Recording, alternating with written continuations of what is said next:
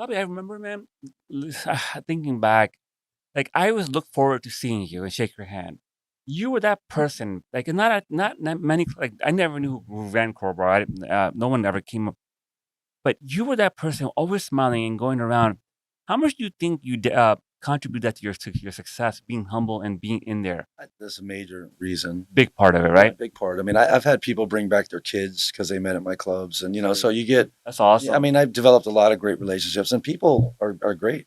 I'm very gregarious, and I really Do enjoyed you, do saying you, do hello. you remember that stuff? Oh yeah, of course they do. I mean, to them, it made them feel, like you said, when Alfie comes in and introduces you to the owner, you feel good I about it. was like, this is it. Right. So I I mean, mean, it's like, just something that means very little. yeah. I mean, it may mean a lot to other people, but it not wasn't much effort on my behalf. I enjoyed meeting you. I still do.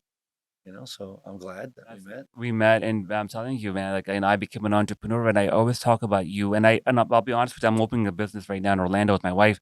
We're opening up a med spa, and I was talking to her, and she's like, "Who's this Bobby guy?" And I'm telling you, your sister. And I told her, I said, "Babe, when we're up and running, we need to make sure we know the clients. We know their birthdays. We should celebrate their birthday. We should Sure. Yeah. go out, shake our hand, Yep. make them feel because that's just part of like the competition. Not doing that, you should for that the competition. You should do that naturally. Yes, we did. And then as I said, with the birthday parties, that was also a way just to help celebrate. And that's what we did. We had you fill out a VIP form. Okay, So you win a free open bar. okay, If you fill this form out, and everybody that signed up got a free open bar. that's And you awesome. can bring up to 30, 40 people. But we gave away well liquor for an hour. Most people showed up an hour later anyway and missed the free bar. But that way we were always crowded. I'd get 3 or 4 parties a night and have 200 people when you drove by to go to the clubs. But it's just because I asked them for their birthday. And birthday wishes are always great. I That's, think it makes a big I difference. agree with you. I think Connects any people. any successful place has the owner there. Sure, I mean, at least old times. Now you have 400 promoters and a lot of sure. more corporations are involved. So it's not quite as you know as intimate as it was before. But back then, it made a Oh, huge different. difference. And I remember people, remember their names, remember their families, remember their brother, remember stuff. So that really made a big difference. Talk to me about Chris Pacello. How was the other individual I mean, I back then? liked Chris. Yeah, He's different guys now. yeah, He's very different now. yeah. Now he owns gyms, and he opened another club. I mean, he was always a tough guy. From Brooklyn, Yeah. They mafioso. also tried to bust up the spot one night. About to ask you Yeah, that. yeah. Him and this other guy that used to own Union Bar. Okay. They came in, Joey, and they came in and started a big fight. And it was on a Sunday night, so I only had a couple bouncers, but I had the really good bouncers. so, Okay. so we bounced them all out. But it was, I don't know if it's intentional. I can't say that, but it was definitely an Something. incident that, they broke chairs and knocked shit over, and it was pretty interesting. You talk to him still? Yeah. I mean, I don't really see him. I don't know him that well. He was never somebody I wanted to associate with, Okay, got you. and no offense to Yeah, he him at gave all. that to Yeah, society. He yeah, gave his but time. whatever. He's Yeah, out I now. just again, my father represented a lot of Sure. people of that same persuasion. Sure. Was You're wasn't that. Italian. No, I'm Hungarian and Oh, Irish. you're Italian. But I grew up with the Italian family. I grew up with the Di Marias, so You part of that culture, you know it I really do. well. Yeah, I knew the family again every Sunday dinner, and I really became Italian. I Yeah. guess Italian. Ordinary. Was it any mob influence at the club owner? In, In New York City, of course. Yeah. not in Miami.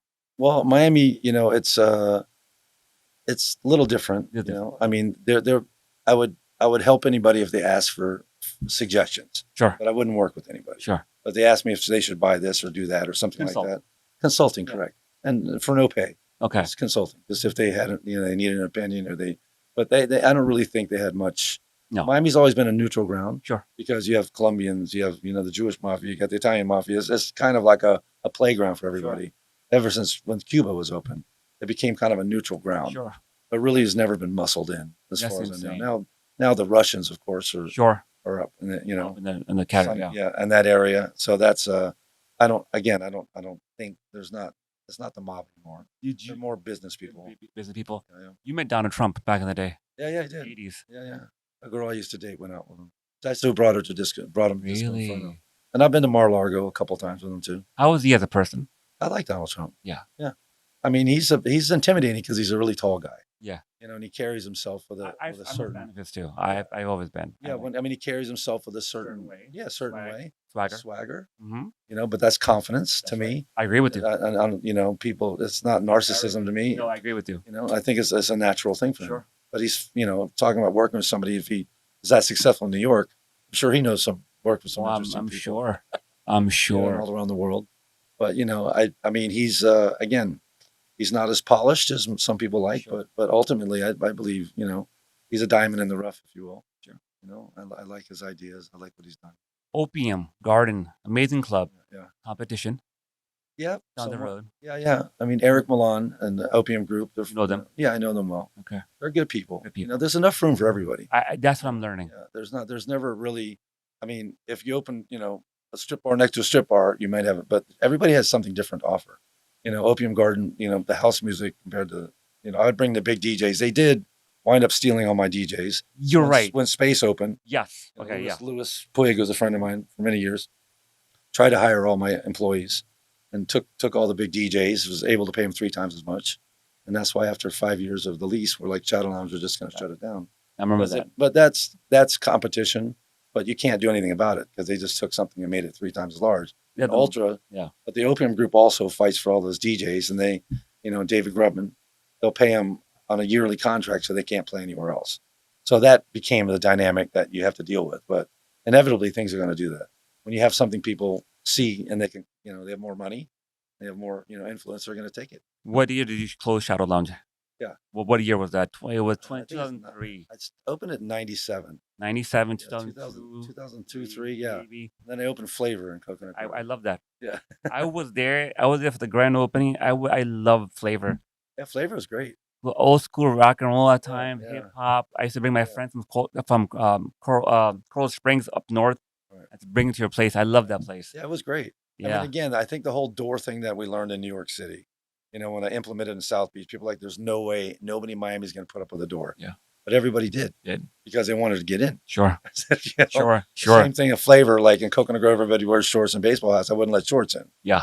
Just to try and keep, again, if you make guys too comfortable, like groups of guys in, they're going to fight. Sure. Especially if they're in shorts and sneakers. And it's like, and everybody thinks they could beat up a bouncer, which is probably the dumbest idea you could ever come up with. Yeah. Yeah. These guys all MMA fighters, they all train. They're trained. All my guys would grapple, and just put you in a chokehold and put you down in a second, and they train for that every single day. So when you have a few drinks and you decide to challenge somebody like that, it's probably not prudent. So, and even though the door is a little bit more lax, but we still would do a door. Sure. And I didn't even charge a cover. It wasn't except for Shadow Lounge, of course. Yeah. Because I had the big DJs to pay for. You have to. But other places, it's a discretionary thing. Also, you can see how people react Sure. when you say they can't come in. If they get aggressive, you made the right choice. If they're nice about it, you change your mind and let them in. So it's kind of like a thermometer, if you will. But it keeps peace inside because the inside balance and the inside energy is extremely important. That you really feel an energy when you walk into a good place. You're talking about energy, man. I'm getting visuals and going Shadow Lounge. Yeah. The AC hits. You walk in a little hallway. You look right here. You see George there. Then you have to go upstairs at the balcony, which I was very blessed to be. That was a VIP area. And I got in there and deservedly so. Alfie Justice and Bobby, I love you to death. You got me in there, and I'm 17, 18 years old.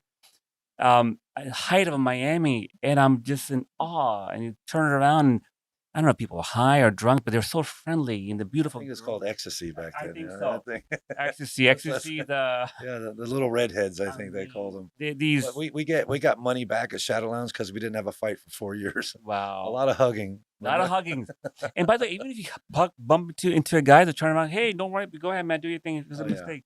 Yeah. You talk to someone's girlfriend like by mistake, like, hey man, she's with me. I got you, bro, no problem. That's why we had 21 security guards because the city was very, very honest about people doing ecstasy. I'm like, well, they take one pill before they come in. There's nothing I can do. Nothing. I mean, what am I supposed to do? So if any drugs went around sale inside, we had 21 security guards. Sure.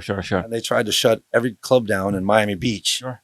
During and they said, and ironically, the only one they said did a good job was Chris Pacello, because I'm sure that he had a city connection. He's probably one. I'm not that saying he sent it out, but it's probably somehow. So, but they came in, and they bought drugs, two pills in 6 months. Wow. And I was like, well, what am I supposed to do?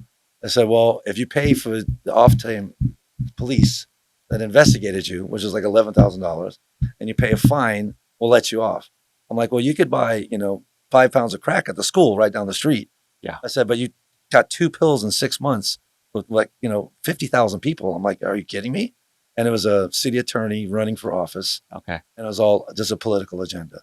But again, things you have to face like that always come with the club business. When we had the River Lounge at the Epic Hotel, I opened that after Martini Bar in South Miami, and one day we came up and the whole hotel was wrapped around in yellow tape, and they had Legionnaire's disease. They said they found in the water, and two people had died on a cruise ship, but they both stayed at the Epic Hotel. So this is December, the height of when we're doing everything, all the Christmas parties. They had it blocked off for 3 weeks and just closed the whole place down. And then try and get somebody to come back when they say the water will kill you. So, but unbelievable things that always seem to occur at the weirdest moments, but that's part of life.